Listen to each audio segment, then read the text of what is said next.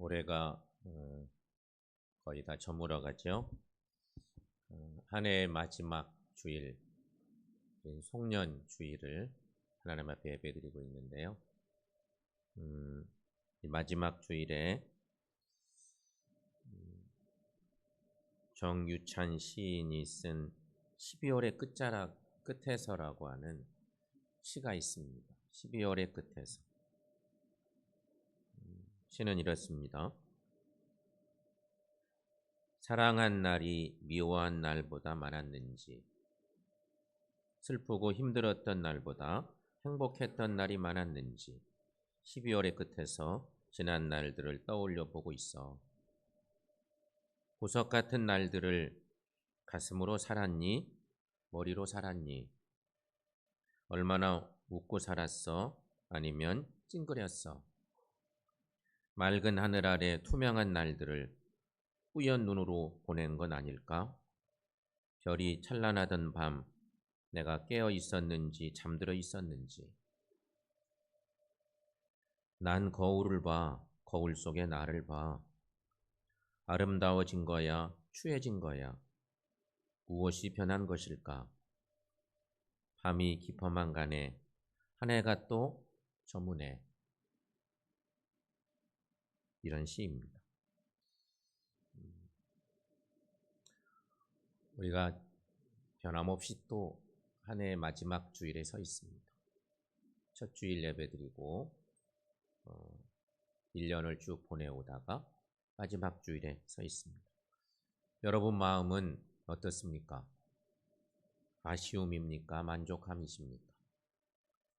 후회가 됩니까? 기쁨이 넘칩니까? 지금 여러분의 신앙적 감정은 어떻습니까? 사랑하는 성도 여러분, 무엇보다도 감사함이 여러분의 마음에 충만하시기를 축원합니다. 되돌아보면 지난 1년의 삶들을 돌아볼 때 수많은 사고와 사건들 속에서도 무사히 여기까지 온 것을 감사하시기 바랍니다. 무서운 질병들 가운데서도 건강하게 살아온 것에 감사하며 삽시다. 수많은 기도가 응답된 것에 감사하시기 바랍니다. 금년에도 우리에게 꼭 필요한 은혜를 넘치게 부어주심을 인하여 감사하시기 바랍니다. 좋은 사람들을 많이 보내주셔서 풍성한 사랑을 받고 살게 하신 것에 대해 감사하시기 바랍니다. 믿음이 더 자라게 하시고 열매를 많이 맺게 해주신 것을 생각하며 감사하시기 바랍니다. 그 외에도 아름다운 눈으로 감사의 제목을 하나하나 헤아리며 감사하며 한 해를 마무리하면 하나님께서도 우리의 믿음을 크게 칭찬해 주실 줄로 믿습니다. 그러나 여러분, 우리 중에는 한 해 동안 어려운 일을 만난 사람들도 있습니다. 누구에게 말도 못하고 어려운 일을 처한 사람도 있습니다. 위기에 처한 사람들도 있었을 것입니다. 지금도 고난의 긴 터널을 지나고 있는 분들도 계실 것입니다. 이런 분들은 어떻게 해야 될까요? 돌아보니 감사할 일이 많은 사람들은 그러니 하나님 감사합니다 이렇게 고백할 수 있지만 지금 너무 어려운 일을 만나고 있어요. 너무 답답한 일 만나고 있어요. 어떻게 할 길이 없어요. 어떻게 해야 될까요? 이런 사람. 그럼에도 불구하고 감사하시기 바랍니다. 그럼에도 불구하고 감사해야 되는 이유가 있습니다. 너무 어렵지만 그래도 감사해야 되는 이유. 오늘 성경이 그걸 얘기합니다. 오늘 성경 말씀, 우리가 로마서 8장에 여러 많은 말씀들이 있지만 너무 익숙한 말씀이 오늘 본문의 말씀이 있는데 우리가 감사해야 되는 이유, 첫째는 우리는 합력하여 선을 이루심을 믿고 살기 때문이다 하는 것입니다. 우리가 이 오늘 본문의 이 말씀을 얼마나 좋아해요. 얼마나 사랑해요. 이 하나님의 은혜를 느낄 수 있는 말씀이기 때문에 그것은 결국 우리가 이런 믿음으로 산다는 거 아니겠습니까? 하나님 나라에는 쓰레기통이 없다는 말이 있습니다. 우리가 하나님 나라를 사모하며 사는데 하나님 나라에는 쓰레기통이 없답니다. 그렇다면 믿음으로 구원을 얻은 사람들에게도 쓰레기통이 없어야 합니다. 왜냐하면 여러분, 그만큼 버릴 것이 없다는 얘기입니다. 돌아보니 내 삶에 주신 많은 것들이 다 버릴 것이 없다는 그런 믿음의 고백인 것이죠. 쓰레기 같아 버리고 싶은 일도 나중에 보면 합력해서 선을 이루어 주십니다. 그것이 없었다면 오늘의 구원이 없었을 것임을 깨닫게 되는 것인 거죠. 모든 것이 합력하여 선을 이루고 고난까지도 우리에게 유익이 되는 까닭은 하나님이 전능하시고 우리를 사랑하시기 때문이십니다. 전능하신 하나님이 우리를 사랑하시면 하나님이 모르시는 일이 우리에게 일어날 수 없습니다. 하나님이 원치 않는 일이 일어날 수 없습니다. 모든 것은 다 필연이며 그 속에는 우리가 이해할 수 없는 하나님의 뜻이 있는데 그 모든 하나님의 뜻은 다 우리에게 유익합니다. 다 선한 것으로 인도해 주실 것을 믿습니다. 성도 여러분, 이것을 꼭 믿으시고 이런 믿음으로 승리하는 삶을 사는 우리 모두가 되시기를 축원합니다. 여러분, 사람은 힘든 일이 없어서 잘 사는 게 아닙니다. 그렇다고 힘든 일이 있어서 못 사는 것도 아닙니다. 사실은 힘들어서 못 사는 것이 아니라 믿음이 없어서 못 삽니다. 오직 의인은 힘들지 않음으로 사는 것이 아니라 믿음으로 살기에 어려운 일도 쉽게 극복하며 살 수 있는 것입니다. 이렇게 산 사람의 한 대표적인 인물을 하나 꼽자면 꿈쟁이 요셉이라고 생각합니다. 구약의 인물 중에 창세기의 인물 중에 창세기 거의 마지막을 장식하는 위대한 인물 꿈쟁이 요셉이 얼마나 나쁜 일들을 많이 경험한 사람이었는지 우리 압니다. 그의 일생이 아버지에게 사랑을 잔뜩 받았는데 그것이 이유가 되어서 얼마나 많은 어려움을 겪는지 모릅니다. 형제들의 질투와 핍박을 받습니다. 사막의 웅덩이에 던져져 죽음과 대면한 때도 있었습니다. 여기서 꼭 죽는구나 싶었습니다. 원치 않은 노예 생활을 하게 됩니다. 아니, 아버지에게 그 사랑을 독차지하고 살았던 아들인데 여차여차해서 노예가 되고 말았습니다. 인생이 너무 기구하지 않습니까? 억울한 감옥살이도 합니다. 은혜를 잃어버린 관원 때문에 또 많은 실망한 일들도 생깁니다. 이렇게 불행하게 보이는 일들이 연속적으로 일어난 사람가 요셉이었습니다. 그러나 여러분, 그럼에도 불구하고 우리는 성경을 읽다 보면 좀처럼 요셉의 입술에서는 불평이나 원망의 언어를 찾을 수가 없습니다. 처음부터 그냥 정말 어렵게 살았던 청년이었다면 모르는데 아버지 사랑도 많이 받고 너무너무 속된 말로 잘 나가던 어린이 시절이 있었는데 너무너무 죽을 고비를 많이 넘기고 너무 많은 고난이 찾아왔습니다. 그런데 요셉의 입술에서는 어떤 실망, 절망, 원망 없습니다. 왜 그랬을까? 그 비결이 뭘까요?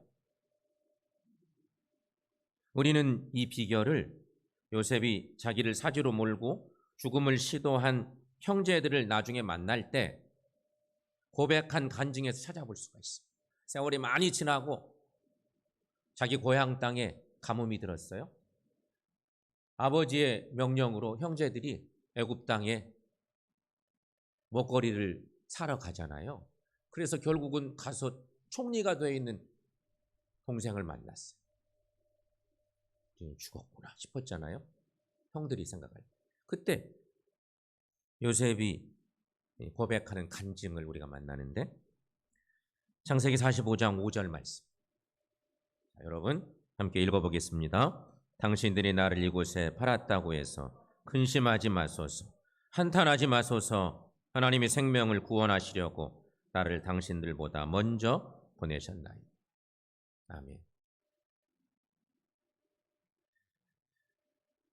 더 나아가 읽어보면 이제 더 기가 막힌 고백을 만날 수 있습니다. 창세기 45장 7절 8절 거기도 함께 읽어봅니다.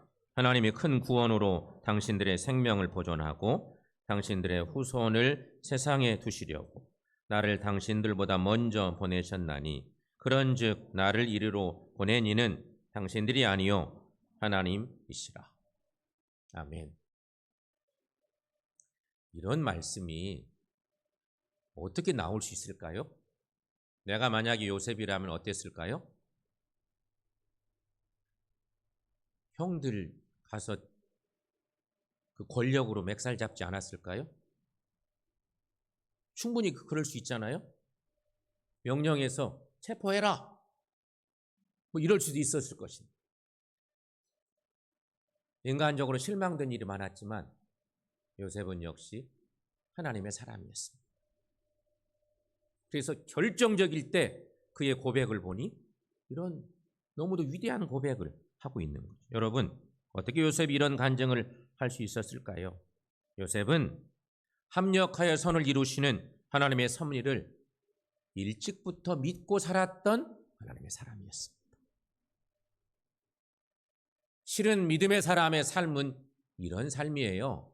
이런 삶을 살았던 요셉 이야기를 통해서 제대로 하나님 만난 사람은 어떤 상황에도 하나님의 함께 하심을 믿고 의지하고 소망으로 살지 깨닫게 되는 거죠. 성도 여러분, 우리가 지나온 모든 것을 감사할 수 있는 이유는 합력하여 선을 이루시는 우리 하나님을 믿기 때문입니다.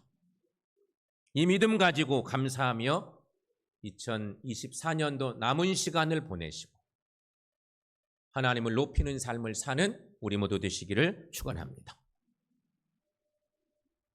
두 번째 또 하나 생각할 것은 어떤 어려운 상황에도 하나님께 감사하며 살아야 하는 이유. 두 번째는 우리가 아들의 형상을 본받게 되었기 때문이라는 것입니다. 성도 여러분, 우리는 하나님의 주권을 믿고 사는 사람들인데 하나님의 주권을 얼마나 믿고 사십니까? 어떤 어려운 일 만날 때, 복잡한 일, 내 힘으로 안 되는 일 만날 때 그때 우리가 더 하나님 도와주시라고, 주관해 주시라고, 인도해 주시라고 이렇게 간구하고 그럴 텐데 여러분 생각해 보세요. 우리가 하나님의 주권을 믿고 있다고 해서 오늘 우리의 삶이 당장 악한 일이 선한 일로, 실패한 환경이 성공한 환경으로 바뀝니까? 나 하나님의 주권을 확실히 믿습니다. 그런 믿음의 고백이 확실하지만 우리의 불행한 환경들이, 상황들이 탁탁 바뀔까요? 그러지 않잖아요. 우리 상황은 오랫동안 여전히 나쁘고 악하고 고단한 상황 그대로 머물러 있을 수도 있습니다. 나 하나님의 주권을 확실히 믿는데 그럼에도 불구하고 여전히 어려운 상황이 그대로 남아있을 수 있습니다. 그럼에도 불구하고 여러분, 우리는 여전히 감사할 수 있어야 합니다. 그 이유는 하나님께서 얼마 동안 우리를 나쁜 상황 한복판에 그대로 두신 채로 우리의 인격을 변화시키는 작업을 진행하고 계시기 때문인 것입니다. 그때 우리를 둘러싼 고난은 우리의 인격을 연단하는 도구가 되는 것이죠. 그리고 우리를 다듬어 빚으시는 인격의 모형은 예수님의 형상입니다. 하나님의 방법. 우리를 훈련시켜 가실 때, 우리를 연단시켜 가실 때, 우리를 자꾸만 다듬어 가실 때 우리를 어디까지 변화시켜 가시느냐? 어떤 모양으로? 예수님의 형상 따라서. 변화시켜 가신다는 것입니다. 오늘 본문의 말씀 중에 29절 말씀, 이 말씀도 우리가 너무 잘 아는 말씀이죠. 여러분 함께 읽습니다. 하나님이 미리 아신 자들을 또한 그 아들의 형상을 본받게 하기 위하여 미리 정하셨으니 이는 그로 많은 형제 중에서 맏아들이 되게 하려 하심이니라. 아멘. 여기서 우리가 주목할 것은 아들의 형상을 본받게 하기 위하여, 바로 이 말씀입니다. 실은 우리가 신앙생활하면 여러분, 출발은 달라도 상당히 시간이 지나가면 예수님하고 비슷해져야 돼. 하나님이 이런 계획을 갖고 지금은 우리를 훈련시키고 연단하고 자꾸 깎아내시니까. 근데 그런 믿음을 가지고 사는 사람이 있는가 하면 그런 믿음의 고백을 잘 하지 않고 내 마음대로 사는 사람도 있어요. 바울은 이것을 우리에게 잘 안내해주고 있는 거죠. 자, 하나님을 우리가 믿고 사는 자녀들인데 하나님은 이런 계획을 가지고 계시다. 아들의 형상을 본받게 하기 위함이다. 하나님은 바로 이 목적을 마음에 두시고 때로 사람들과의 갈등을 사용하여 다듬으십니다. 때로 인내의 한계에 이르기까지 시련을 통과하게 하실 때도 있습니다. 그러나 우리가 이런 하나님의 깊고 오묘하신 뜻을 알지 못하면 어떤 반응을 보일까? 하나님 우리에게 고난을 주셔서 우리를 깎고 다듬고 예수님의 아들의 형상을 본받게 하려고 우리를 부단히 만들어 가시는데 우리가 그 섭리를 몰라. 왜 내게 이런 시련을 주십니까? 이런 생각이 막 찾아들어. 하나님의 뜻을 모르고 그런 상황이 오면 어떤 반응을 보일까요? 하나님을 원망합니다. 하나님께 불평합니다. 그리고 하나님 품에서 도망갈 공리를 하게 되어 있습니다. 하나님께서는 우리를 사랑하셔서 고난도 주십니다. 지금은 괴롭고 힘들어도 인내하며 아들의 형상을 본받기까지 성숙하라고 하십니다. 그런데 사람들이 그것을 모르고 도망갑니다. 그러면 어떻게 됩니까? 아들의 형상을 본받기까지 절대 성장할 수가 없습니다. 하지만 우리가 고난을 통과하며 예수님의 형상을 본받는 성화의 자리에 이르게 되면 하나님께서 어떻게 하실까요? 오늘 본문의 마지막 30절 말씀은 이렇게 우리들에게 말씀 주시고 있습니다. 30절도 함께 읽어보겠습니다. 또 미리 정하신 그들을 또한 부르시고 부르신 그들을 또한 의롭다 하시고 의롭다 하신 그들을 또한 영어롭게 하셨느니라. 아멘. 우리가 이 말씀을 28, 29, 30절 말씀은 너무 잘 아는 유명한 말씀인데 이 말씀처럼 우리의 신앙의 어떤 과정을 잘 정리해 놓은 말씀도 사실은 없는데 이런 말씀을 내게 적용할 때는 적당히 적용하고 필요한 것만 적용받고 싶고 사실 그렇게 살아요. 좀 복잡한 건 그냥 내려놔 버리고 내게 적용 안 시켜 보려고 하기도 하고. 근데 이 말씀은 너무 소중한 말씀이죠. 이게 무슨 말씀이에요? 하나님께서는 우리를 미리 자녀로 정하시고 때가 찬 어느 날 부르신 우리를 의롭다 하시고 인격적으로 연단하셔서 마침내 영화로운 존재로 만드시겠다. 이게 하나님의 계획이에요. 그리고 이렇게 우리는 이미 부름받고 구원받고 하나님 기뻐하시는 목적에 맞게 아들의 형상을 본받을 때까지 우리를 훈련시키고 세우신다. 이 하나님의 계획이에요. 그런데 우리는 어느 적당한 선까지 가고 대부분 우리가 그랬어요. 거기까지는 가기 싫습니다.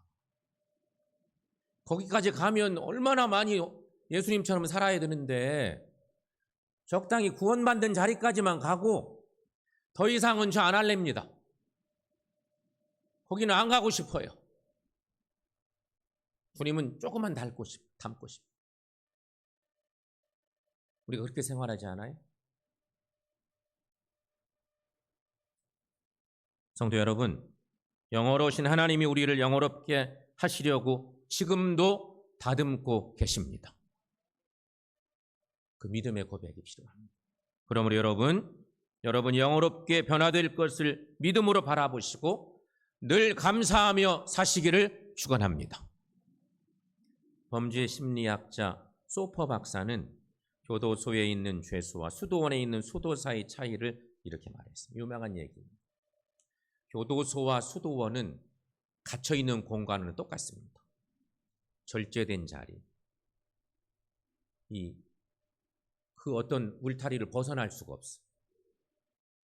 똑같은 조건인데 그 안에 있는 사람이 어떤 자세를 갖느냐에 따라 다르다는 것입니다. 교도소에 있는 사람들은 하루 종일 불평과 요구만 말합니다. 그런데 수도원에 있는 수도사는 하루 종일 감사의 기도를 드립니다. 하나님을 믿는 기독교인도 그리스도인도 만일 감사의 기도 대신 요구와 불만의 기도만 드린다면 교도소의 죄수와 별다를 것이 없는 그리스도인이 된다는 것입니다. 사랑하는 여러분, 나는 어떤 그리스도인이십니까? 나는 하나님 앞에 어떤 사람입니까? 우리를 돌아볼 일입니다. 구약의 말씀을 읽다 보시면 특히 이제 아까 창세기 요셉 얘기했지만 그래서 연결되는 출애굽기 말씀을 딱 읽어가다 보면 거기 이스라엘 백성들의 이야기가 나오는데 계속해서 성경에 그들이 이제 가나안 땅을 약속받고 가잖아요. 출애굽에서. 근데 성경에는요, 가나안 땅을 젖과 꿀이 흐르는 땅으로 묘사합니다. 그렇죠? 젖과 꿀이 흐르는 땅. 실제 가나안 땅이 젖과 꿀이 흐르는 땅일까요? 여러분 상식이 어때요? 정말 젖과 꿀이 흐르는 땅일까? 사실은 그렇지 않습니다. 애굽에 오래 살던 이스라엘 백성들, 그게 결국은 요셉 때문에 내려가서 결국은 이제 살게 되잖아요. 야곱의 70가족이. 근데 그렇게 해서 시작된 이스라엘 백성들인데 그들이 애굽 땅에 머물며 살 때 나일강 주변에 모든 땅들은 다 젖과 꿀이 흐르는 땅이었어요. 그들이 경험한 발로 이렇게 하면 막 물이 항상 넘실대고 거기 1년간 비가 거의 안 와. 이집트는 비가 안 와도 농사짓고 살 수 있어. 큰 강이 있으니까. 거기서 그들이 비옥한 땅을 경험했어요. 근데 이제 하나님이 약속하신 땅 가나안 땅으로 가는데 가보니까 가나안 땅은 실은 젖과 꿀이 흐르는 땅이 아니에요. 근데 그들은 그런 고백을 하고 살아요. 이스라엘 땅을 좀 표현해 보면 북은 단, 남쪽은 브엘세바. 우리는 백두에 살라 그런 거죠. 가장 북쪽이 단이고 가장 남쪽이 브엘세바. 근데 단과 브엘세바 이게 지역을 얘기하는데 이 땅은 하나님이 이른비와 늦은비를 주셔야만 농사짓고 살 수 있는 땅이에요. 이스라엘 땅은 그런 땅이에요. 브엘세바라는 곳은 그 밑에는 아예 애굽으로 가는 땅이에요. 이제 거기는 농사짓고 살 수가 없어요. 아무것도 경작할 수 없어요. 근데 브엘세바 위쪽에서 단까지는 하나님이 은혜 주시면 언제든지 풍성한 소출을 얻을 수 있는 땅인 거예요. 이른 비와 늦은 비를 주셔야만 농사질 수 있는 땅. 근데 그들은 놀랍게도 저런 고백을 한 거예요. 진짜 젖과 꿀이 흐르는 땅은 애굽 땅이었을 텐데 이들이 가나안 땅에 와서 그런 고백을 해요. 왜 이런 고백을 했을까? 거기에는 아주 대단한 신앙 고백이 담겨 있는 거예요. 하나님이 약속하신 땅은 그 어떤 곳이든지 최상의 것으로 고백하는 그들의 고백 때문이에요. 우리가 받은 땅은 하나님이 약속하신 땅이라는 거예요. 그러니 그 땅은 우리가 눈으로 볼 때는 형편없어도 채워주실 하나님 은혜를 생각하면 젖과 꿀이 흐르는 땅이라고 고백하고 산 거예요. 지금도 이스라엘 땅 가보면 정말 척박해요. 갈릴리 지역 주변만 조금 비옥하고요. 나머지는 살 수 있는 땅이 아니에요. 그런데 잘 개발해서 지금은 기가 막힌 풍요로운 땅이 되기도 했죠. 사랑하는 여러분, 하나님이 약속한 땅은 어떤 곳이든지 최상의 것으로 여기고 고백하는 이 고백, 이것이 바로 감사하는 마음. 그 감사하는 마음이 이스라엘이라는 나라를 나중에 부강하게 만들고 그랬던 거죠. 우리에게 젖과 꿀이 흐르는 땅을 주셨으니 토지 소산의 첫 열매를 하나님께 드린다는 청지기 신앙이 저들을 부유하고 강하게 만든 것이었어요. 성도 여러분, 이런 청지기 신앙이 우리에게도 늘 있어서 감사하며 사시기를 축원합니다. 감사가 넘치는 개인의 삶이나 가정에는 불행이 침범하지 못한답니다. 그 이유는 감사가 곧 자산이 되기 때문인 것입니다. 사랑하는 여러분, 그러므로 어떤 상황에도 감사하는 삶을 사시기를 축원합니다. 얼마 남지 않은 며칠의 시간이 있지만 지금까지도 감사하며 사신 여러분, 며칠 동안도 감사 잊지 마시고 감사함으로 마감하고 하나님을 더욱더 높여드리고 여러분 삶의 자리가 주님 은혜 가운데서 더욱더 풍요롭고 형통한 것으로 채움받는 은혜가 있기를 축원합니다.